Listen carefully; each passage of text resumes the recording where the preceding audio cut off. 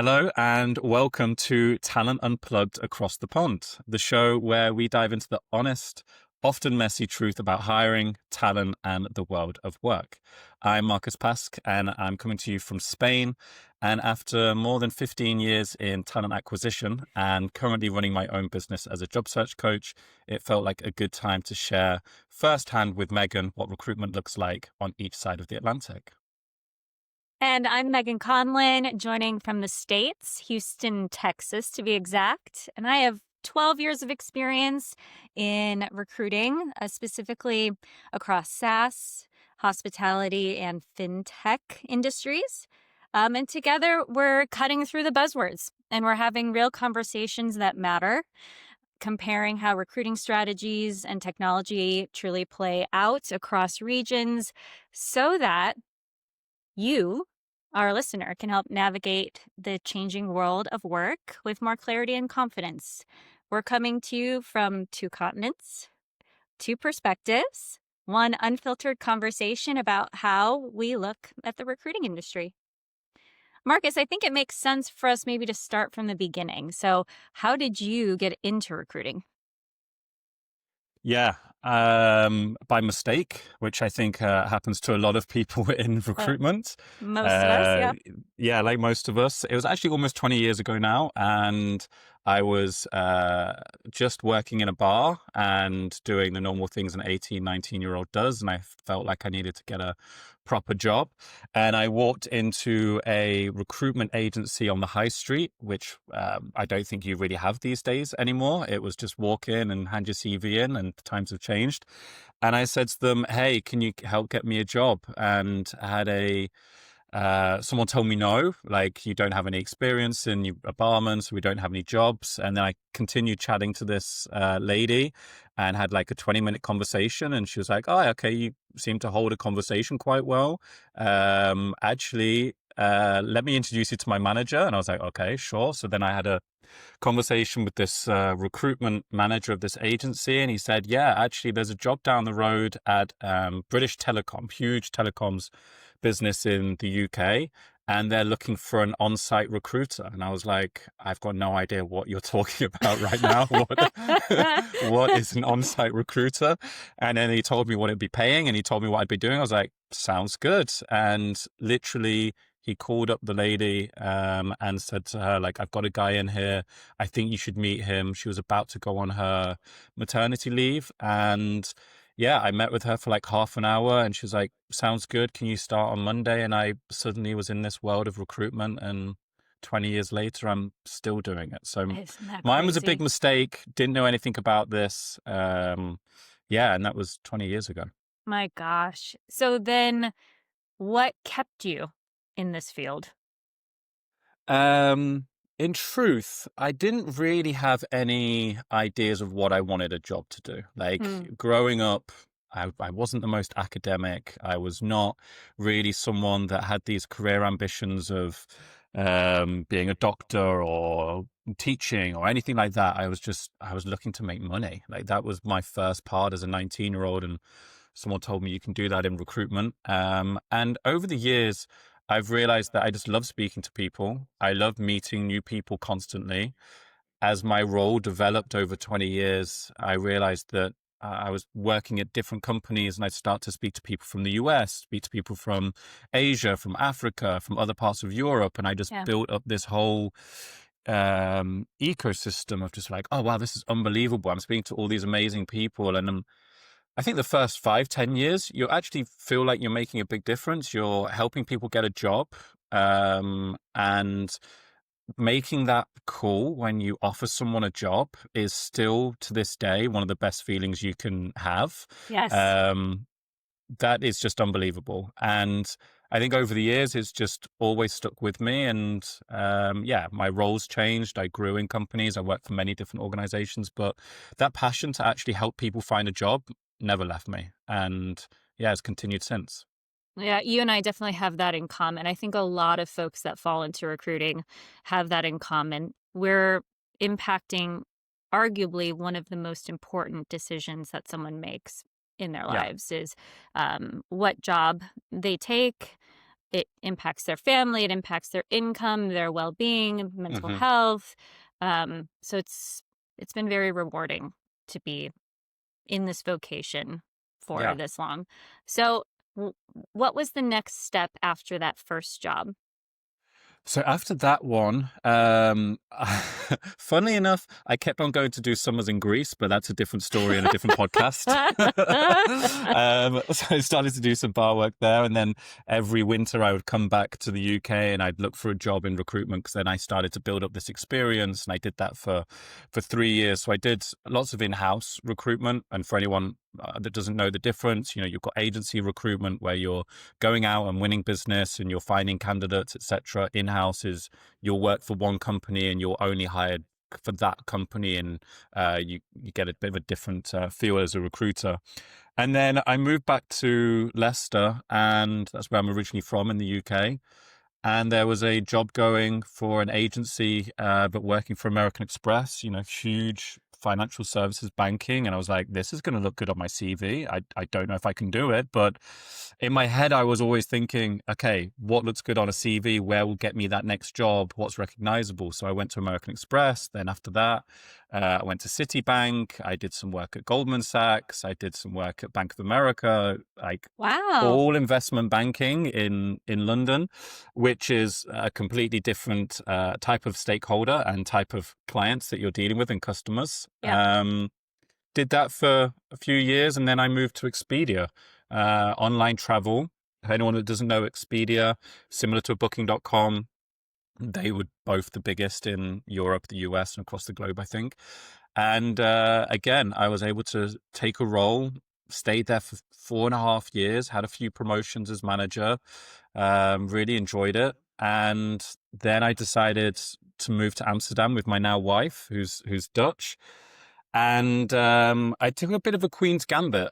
And what I mean by that is I wanted to go and work for a startup. I didn't know how to get a job at a startup. I thought it was going to be interesting again, diversifying my CV and experience. And I was a manager at the time, and I took a step back to be an IC because I Mm. just wasn't getting the jobs on offer. And so I became an IC at Miro, which is where we met. And yeah, stayed there for 4.5 years. And then the last 6 months, I've been running my own business as a job search coach, helping people navigate the world of work. So, Wow. short story for a 20-year history, but it covers a lot. That's incredible. You were very intentional with each of your moves. Yeah. I had a very different experience, but that's really impressive that you were thinking so intentionally about each of the companies that you were um, applying to, interviewing for, and how that would build credibility on your CV or your Yeah. resume if you're in the States. Um, I'm curious about making that move from manager back to IC. Hmm. How did that feel? Hey, it bruises the ego, you know? I think, and it does. It's not an easy thing to do. I'm suddenly then reporting into a manager who, I actually at the time, I felt I could learn quite a lot from. And so I wasn't too disheartened by that. I thought, new industry, new world, let me go and prove myself that I can be a strong individual contributor. And if I do a great job, then there will be opportunities for me to be a manager or something else in the future. So I think those first 6 months, difficult for the ego, but actually was super rewarding in the fact that I got to really understand how to hire for the company that I was going to be going into, Yep. rather than being a manager where I'm going to manage people and they're going to be in the trenches, should we say. But actually, I was doing that, and I was able to really learn more about how an organization works, how to hire for them, how to recruit for them, what looks great in a candidate CV, what looks great in a profile. And so I actually think those 6 months really helped me. Like, I think this gave me the opportunity to grow even quicker, even though I took a step back. And I don't think enough people do that, if I'm honest. I think everyone wants to go in minimum the same level. If not, they want a promotion for that next job. And I get it. That's the normal way we've been tuned that things should be. But I think in this world right now, I don't think it hurts to maybe take a bit of a sidestep or take a gamble and see if it hopefully pays off. And I was lucky. I joined the right business at the right time, but I think it was intentional, which is what you picked up on. Yeah, absolutely. And arguably making a move from manager to IC, given how senior you were at the time, because I recall you joining the team at Miro, um, uh, similar skill set and sometimes even just as rewarding work. If Yeah. you are as senior as you are, as strategic as you were, just Hmm. didn't have a team that was Yeah. reporting to you, it's just a different scope of work. So Yeah. there are certainly there have been pockets of my career as well when I have been back and forth between managing a team and Hmm. doing IC work, and I have found both to be very rewarding and potentially not even a step back. But to Yeah. your point, I couldn't agree more that even if you join a company, especially a new company, leading a team, doing some sort of IC scope Yeah. or understanding like the business acumen at a Yeah. deep level and understanding what sort of work your team is actually doing Hmm. as granularly as you can Yeah. just pays dividends in the Yeah. value then that you can give to your team. So, um, Completely agree. yeah. And what about you? What's your reason for being in recruitment for these 15 years? Like, what made you start? Yeah. Similarly to you, fell into it, was not something that I got a college degree in. Hmm. I bet we should poll folks that are recruiters on LinkedIn how many folks made an intentional move Yeah. to be a recruiter as a profession. I bet it's a small percentage. But after I graduated from college, I moved to New York City to pursue acting. And became an event coordinator at a restaurant group in Rockefeller Plaza. Hmm. And from there, learned a bit about selling, about organization, about being hospitable, um, running a business plan, ensuring that customers and clients were happy. So, like, started to build a little bit of the skill Yeah. set, and certainly being an actor, it's very important to have people skills, build relationships, network. Made a move to Chicago, decided that the grind of auditioning for Broadway was not for me. I'm Yeah. just not cut out for that. Made a move to Chicago as an executive assistant for an ad agency. And that actually morphed into college recruiting, Okay. which I found to be very, very fun. Going to college campuses, pitching the company that I was working for, Hmm. um, whining and dining them. Well, not whining them technically. We were underage, but taking them to dinners and trying to pitch them on joining this company that I really enjoyed working at. Yeah. And then I also pivoted to agency. I worked for a company called Aerotech, which is a huge recruiting agency here in the States. I think it might be international as well. I think. Okay. But that's where I actually got my first opportunity to manage a team. Yeah. So certainly worked my own recs, and recs are essentially jobs, Yeah. different roles for folks that might be listening that don't know that term, short for requisition. But also had my first team, and that's where I learned that not only do I have a passion for people development, but um, it was also the most rewarding Hmm. experience. So I've certainly built upon those leadership skills. I have really enjoyed the teams that I've been able to lead over the course of my career, but um, that was my first taste of managing a team. And we happened to be agency recruiters that were on site Yeah. at one of our largest clients in Aerotech's book of business. So it felt like I had joined a 20,000 person company. Yeah. Um, and we were, we were embedded in that team, supporting that team on site, which was very, very cool. Um, Agency is, and this could be a topic for another podcast, quite frankly, the difference between agency recruiting and in-house recruiting. Agency was really where I cut my teeth in Yeah. the foundations of being both a high volume recruiter, but just a an evidence-based recruiter. Hmm.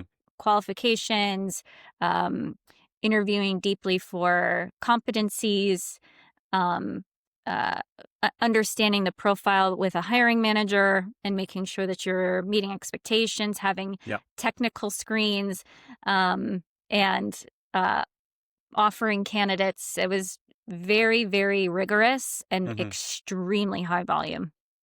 And then my husband and I moved to Hmm. Austin, Texas, and that's when I joined my first SaaS company, so software as a service, my first tech company, um, and was a team lead there of really the founding recruiting team Yeah. for a company called Restaurant 365. And then COVID hit. So I was there for just under 2 years, and the COVID hit the restaurant industry Yeah, of first and course. fast. Yeah. So was unfortunately the entire recruiting team was laid off. I That was not a company that I was hoping to leave. I Yeah. really enjoyed that experience, and one of my mentors was the director there at the time, and I keep in close relationship with him. But I have a super cool story. That I was laid off from Restaurant 365 on a Monday. Hmm. I interviewed for Miro on a Tuesday. Mm. I was offered on a Friday and joined, I think, maybe the following Monday. Like, it's like just I was so fortunate. That is unheard of, but Yeah. probably the shortest time to hire, the shortest interview process ever, 3 or 4 days. And then to start the following Monday, we were so blessed. And then was at Miro for almost 5 years. And Yeah. you and I got to partner together Hmm. for a considerable amount of that. So for our listeners, that's how Marcus and I know each other. We led teams globally together at Miro. We were first both individual contributors, senior individual contributors, obviously in separate parts of the world, but then built our resumes and were promoted multiple times. And Marcus ended up leading technical recruiting, and I led business recruiting globally. And we had a really great time. So Yeah. we just thought, well, let's keep the partnership going. Let's keep the fun going. I think we've got something special here to share with listeners. So that is the reason that we're together today. Yeah. Yeah, it is. And like, I think it's really interesting the fact that, you are in the States, you have, completely different background experience to myself. You are right now, head of talent, you're leading another growing business. And I think for our listeners, it's going to be super interesting to hear your perspective of what's going on in the world, in not just in the US, but all over, because you're actively hiring and you're able to hear things. And then from my side in Europe, and I've done hiring across Africa and Asia. Similar to yourself, you've also done Asia with Japan and a few places. And now I'm a job search coach. I'm speaking to people every day about their career path and what they're wanting to do. So that's actually where this stemmed from. That's where this podcast also idea came from. Yeah. Was from one of my someone I was supporting with their search, and they were like, you should actually go and share with the world what's going on in recruitment, because people really want to know, as candidates, as people going through the process. We've got a few snippets that we're going to be doing later on that we'll talk about, where we're going to share some myth busting and other ideas. And that's really to help people out there understand what is a reason for a take-home test. What is the reason that I need to send in a cover letter? What is the reason for it taking 2 weeks for me to get a call back from the recruiter? Like, there's so many of these questions that are happening, and I don't think anyone's really giving the answers. And I think for you and me, Megs, we were always I expect a bit of sugar and spice, I think, with how we would do things. Yeah. And I think that also makes things super interesting, that we're not afraid to have some pretty honest conversations and talk about how we feel. We might not always agree with them, but we're always open to listening and learning. And I think that's what's going to be super valuable for our listeners as we go through these episodes and the rest of the series. Yep. Absolutely agree. And I'm looking forward to learning from you as well. Yeah. because there are roles and regions that I have not recruited in. And so I'm really looking forward to learning. And also, I think it's important to caveat that whatever we discuss is based on our own Yeah. experience and also our opinions about what's Hmm. happening.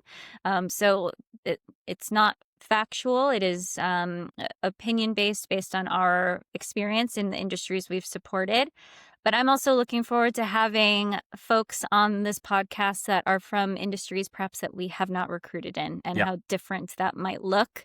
Yeah. And hopefully that will bring value to our listeners as well. But should we get into our first myth that Some we're myth going to busting. bust? Yeah. Let's do it. Let's do it. Awesome. Awesome.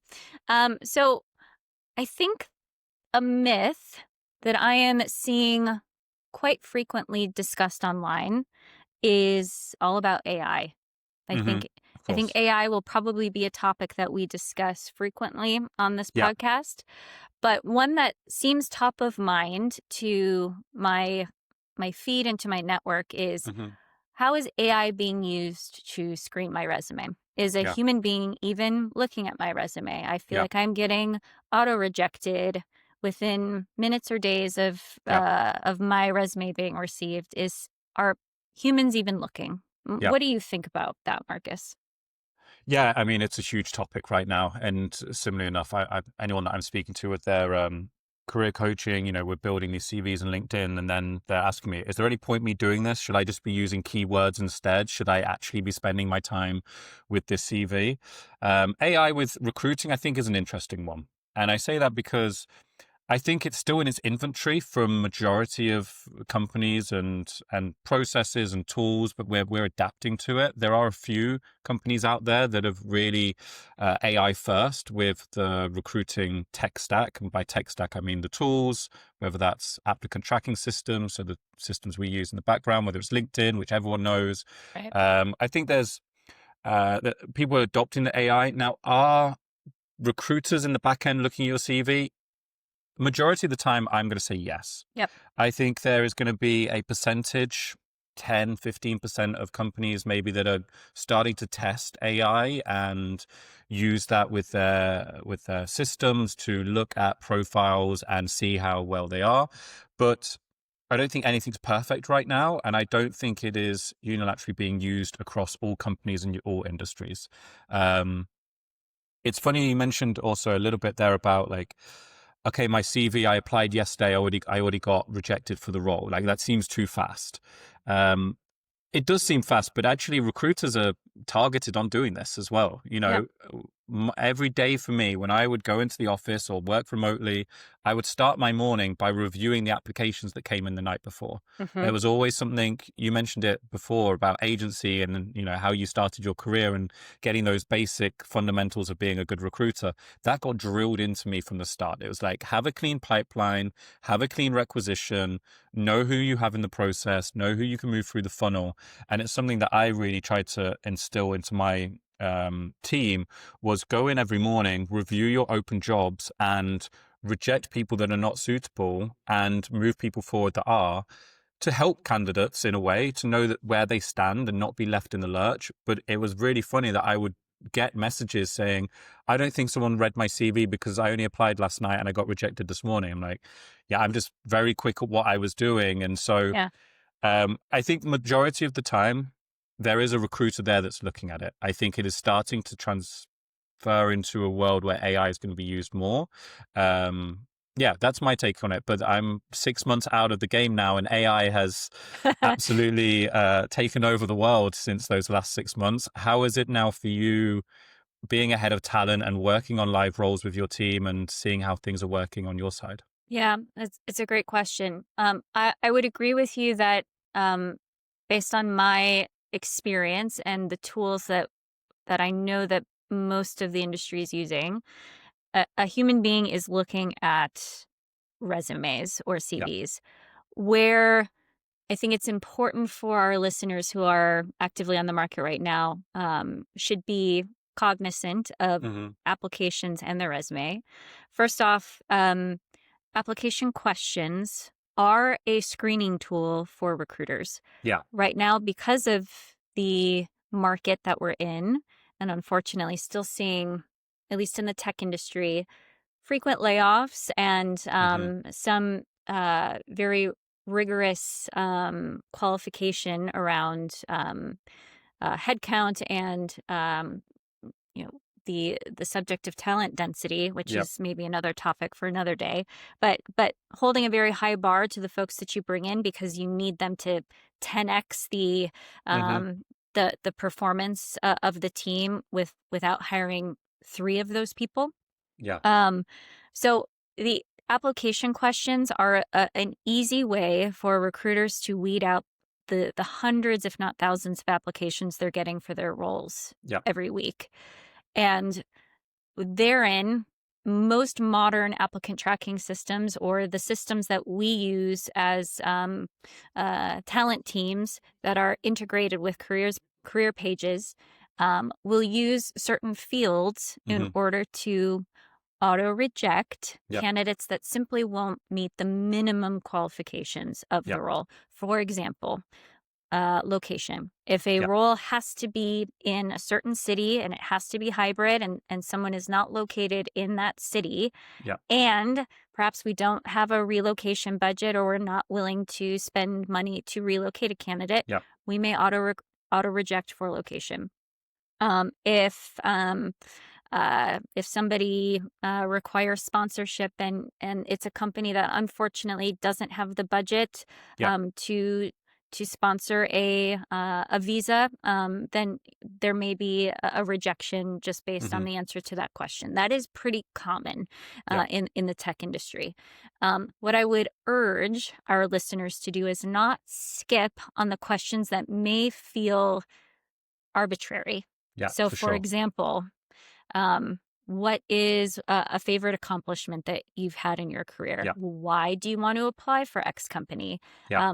What specific experience do you have in XYZ? Yeah. That are very commonly asked questions that require a candidate to actually type text in a field. Yeah. Those are intentional questions that all too often I am seeing a dash or Yeah. let's chat live or just a very One liner. one liner. Yeah. Those are easy ways that recruiters and hiring managers will filter out candidates. Yeah. So please take your time with your applications. Same with the LinkedIn field, hmm LinkedIn profile. I see dashes all the time. Yeah. Oftentimes, recruiters will look at your CV or your resume that you submitted and then also cross-reference your LinkedIn For profile to sure. see if things match. Yeah. So do please fill out those applications fully every hmm time intentionally.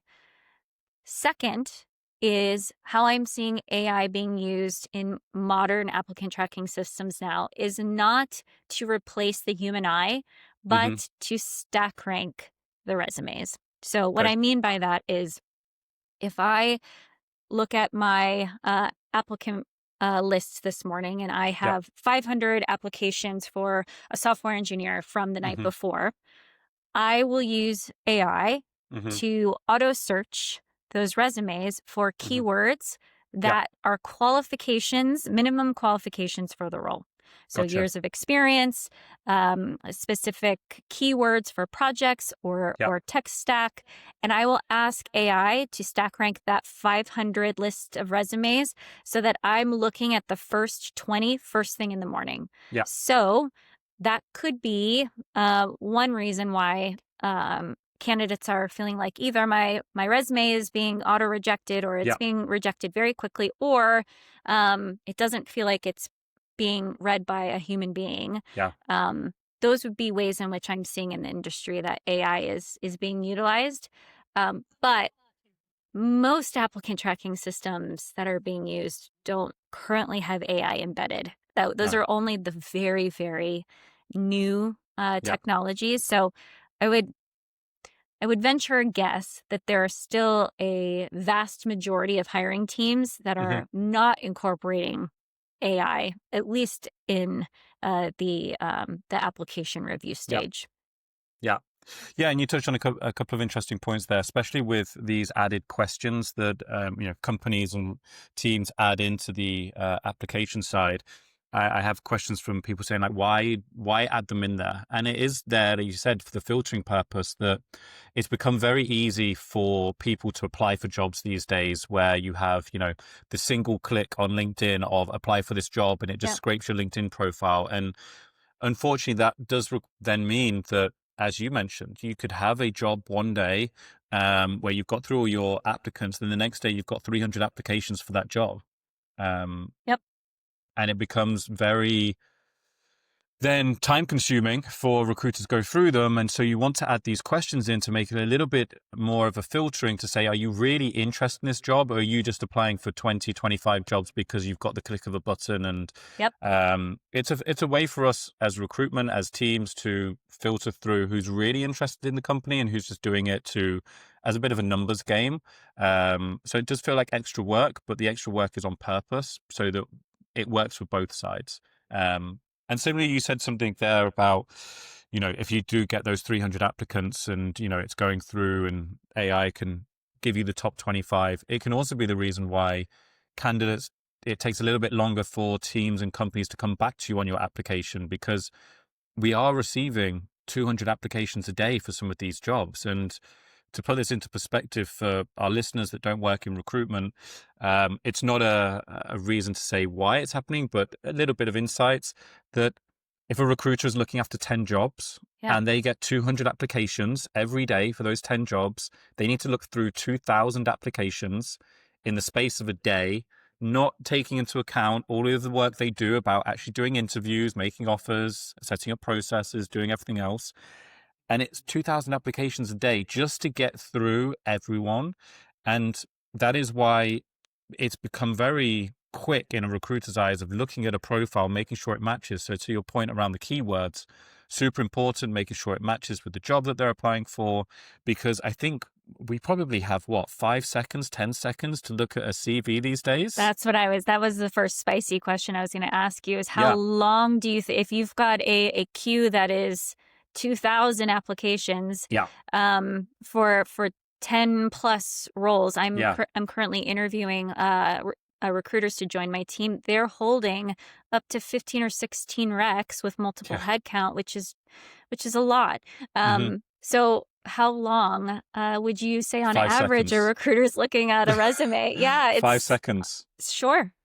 And it may be 10. And I think my first instinct when I was doing it live was I'm starting at the top. I'm looking at, bit of about their profile, who they are. Then I'm looking at the companies that they've worked for. Are they a similar company to the company that I'm working for and trying to hire for? I'm looking at the job titles. Okay, they've done a similar job title, the same job title. How long have they done that for? Did they also do that in their previous job? Have they been promoted? If it was like for a sales role, what are they telling me about their targets, about what they've performed and done? If it's engineering, if it's product, what launches have they done? If it's design, what's their portfolio look like? I think for me, it was that 5 seconds. And after doing this for 20 years, you can become very quick at just pinpointing those words you need for that particular job. And then if I like someone's in those 5 seconds, I'll spend an extra 10, 15 seconds just needing out the actual really important parts. And then I probably then shortlist them myself into like a second shortlist to come back to a little bit later when I've got through those 600 and I'm like, okay, now I've got 40 that I think are quite good. I'm now going to revisit those 40 and I'm going to do a bit more of a deeper look at them. And then I'll try and whittle that down to a good number that I feel I need to do to start making calls. And I might make 6 calls or try to make 6 calls with candidates. And then I'd have 4 in the back burner just there waiting in case 2 of them decide to drop out and I need to substitute the 2 in. That's how I used to do things. It sounds brutal to anyone else that's probably listening to this, but when you work out the maths, even me spending 5 seconds would probably mean I'm spending the whole day looking at applications when you've got that many coming in. If you spend any longer, you really would not get through it. Yep. What about you? Is this the same? Is it? Oh, it's the same. It's the same. I would say 5 to 10 seconds, and similarly looking for keywords. Obviously, the formatting matters. It does. It matters. It matters so much. If it's not a clear resume where it's easy to see your tenure, the title you had, the work that you did. If it's very busy, Hmm. it's even quicker probably. Yeah. So super, Yeah. super important that you do take time with your CV, that it's clean and clear and Hmm. crisp. We should earmark that we should maybe do a session I or was going to ask you, that was going to be my on question. resumes. For you, what is it? Is it a one pager? Is it a two pager? Do you like 4 pages? Like Oh no. what's optimal for you when you're looking at a profile? Yeah, I think 2 pages max. Yeah. I think it depends on how long your career has been. I Hmm. also think, though, it's really important that for the jobs that you're applying for, that you're only listing the relevant experience. So, for Yeah. example, you said that you worked in the restaurant and bar industry. It Yeah. would not make sense for you to have included those companies at the bottom of your CV of No. page 4 after a 15-year recruiting, you know, I think it um, would have created more questions uh, than it would have helped me as well. exactly. So, if possible, 1 page, 2 page max, but it needs to be quality content. Yeah. If it's going to be 2 pages. Yeah. And I know we could talk about some of these extra bits, but we're on the topic already. How do you feel about hobbies on a CV, and how do you feel about skills on a CV? Ooh, that's I have a sneaky suspicion you and I are going to differ. I think we're We going to have might a differ. We might, different we opinion might differ. because on my resume currently, I had my bucket list. Okay. Is the very, very bottom left-hand corner. There was Hmm. space there for it. I didn't add an extra page to add Yeah. it, but I thought it would be cheeky and a way for me to, for companies to see a little bit about my personality. Yeah. If I listed 4 or 5 bullet points of my bucket list and actually crossed 2 of them out Yeah. to just display that here are ways in which I'm ambitious or things that are important to me or I'm passionate about outside of work. And Yeah. these are the things that I've accomplished. So there was like a little psychological reason as well why I I get it. added those. So I am an advocate for hobbies in a short, Yeah. if there's room and if it's short. You don't Yeah. need a list of 15 bullet points. Skills. I think this is skills. I think skills are important because our industry is moving, which I'm happy about. Our Yeah. industry is moving to skills-based interviewing, Yes. which to our listener means that we're moving a little bit away from pedigree and Hmm. exact experience, meaning you Yeah. need to come from a certain university or college, you need to have exact experience from the exact company, Yeah. but moving more towards what have you done, and what skills do you have that might Yeah. marry nicely with the job that we're recruiting for. So I think it's important that your skills marry or match the majority of the job descriptions that you Yes. are applying for, so that if AI needs to stack rank your resumes, that those Hmm. keywords are being pulled.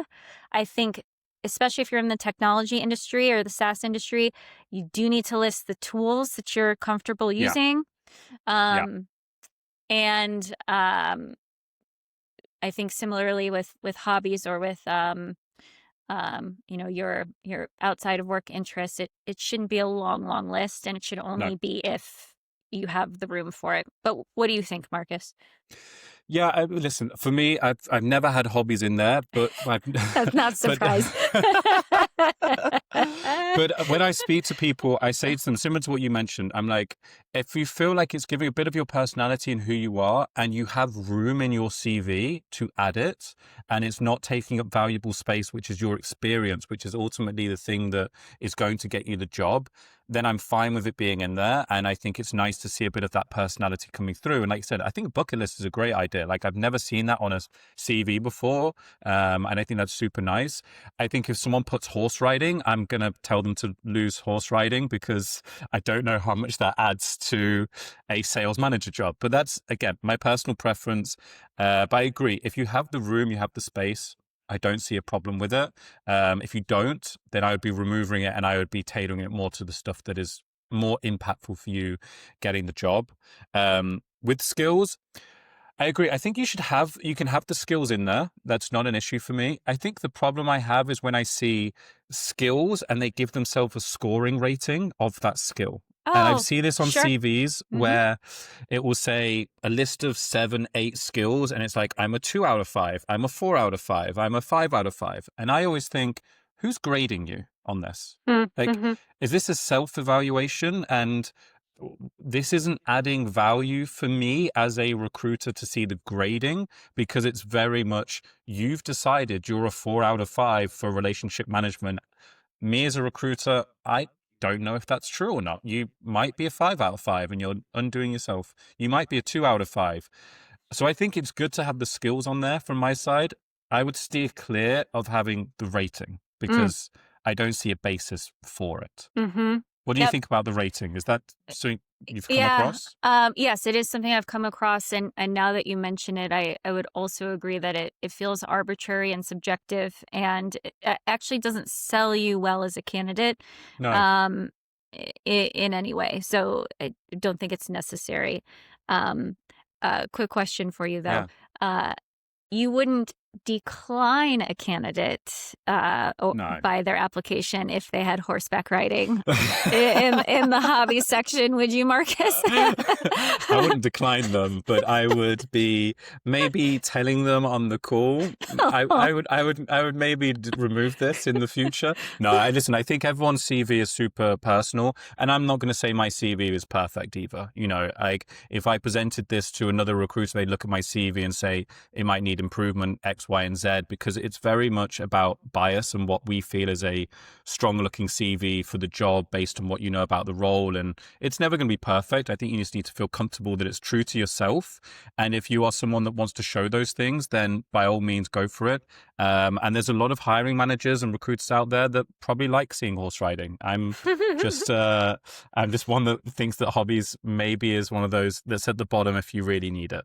Well, That's all. I think that brings a good point that hiring is, as much as we do our very best to make it objective and Yeah. evidence-based, we're human beings interviewing other human beings and offering to human beings. So Yeah. it's hard to remove entire subjectivity Yeah.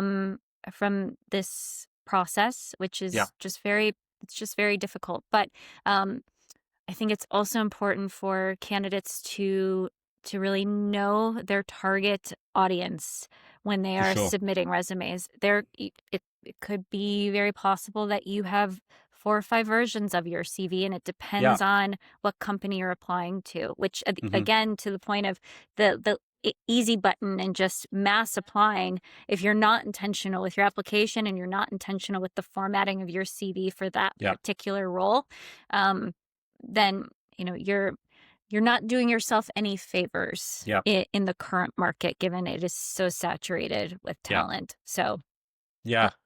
I agree. Two. It's not a problem having 2 CVs, 3 CVs. You know, for myself, if I was going into the world of work again, you know, maybe I've got a head of talent acquisition CV. Maybe I've got a head of talent one. Maybe I've got a consulting CV where I can talk about consulting work. Like, you've got those to be tailored for the right industry, the right market.